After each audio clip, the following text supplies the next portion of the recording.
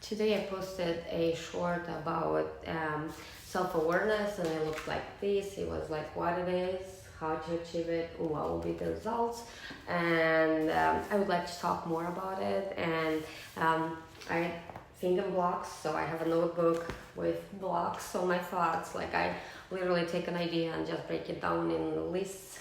Like if you see my notes, you can see how me working on notes is always like something like, I don't know, like it needs to be a list, it needs to be graphic, it needs to be highlighted and all that, and it needs to go in all directions that I can think of.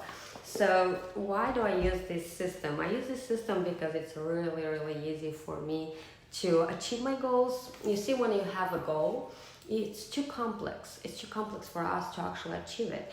And you're like, oh my God, to do this and this and this and this, it's like overwhelms you. And actually you need time from this activity, from that, or maybe you need to do so many things at the same time to restrict it. So what I do, I put myself a goal, I write it down, and then I write the steps for it, and I write the benefits, and I write the result I want. And every day, or as long as I need it, I just pick up one of the sticky notes I have in my notebook and I work on it. I just work on one step. Once I'm done with that, I put it back and I pick up my next steps. And once I go through all the steps, I start to reflect on how it's helping me.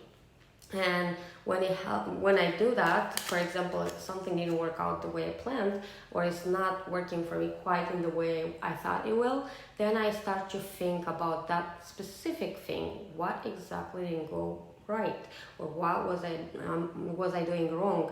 And then I start to work on that. I develop another plan on how to work on that, and that way it helps me to be more productive, because when you take a task, your brain wants to do something easy, something that it knows how to do, something that's used to. And when you give it like a new idea, full idea, it's like bombarded, and it's like getting into this anxiety, this like, I cannot do it, why would I do it? Like, it doesn't want to go in something that's unknown. It's not comfortable. So many people, for example, say they want to go to a gym on the 1st of January or June. So they say they want to go on that and do that, but they don't realize that to go to the gym and get that body you want, or those abs, or maybe feel better, you have to do many changes prior to that. Like, you have to change your schedule, you have to get in the habit to wake up earlier, maybe if you go before, or you have to manage your things in a way that you can go to a gym after work, and then you have to manage how you eat, how you approach anything, like sugar, like what's important, do you need protein, do you need that?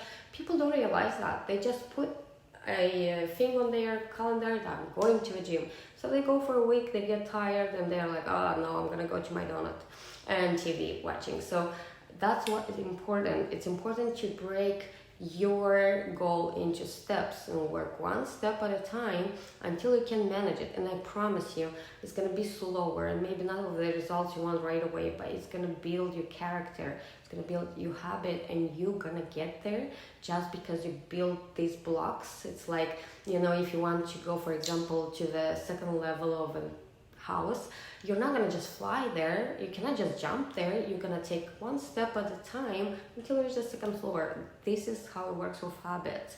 In order for you to create a new habit or a new idea, or to go somewhere where you want to be like a better you, or even like building something or working on a plan, you need to have the steps. Once you start to achieve these steps, it's going to be easier for you to jump on the last bubble, like on the last step, and work on that. So this is what I'm doing with my notebook. I'm actually working on things I want to develop in myself, and then I write it down. And I'm just putting this online because I feel like if one person wants it, like if I want to develop it, maybe it can help someone else. And that helps me too, because when I go online, like that's the way I think, when I go online on YouTube and I want to develop something, I actually look at what other people say.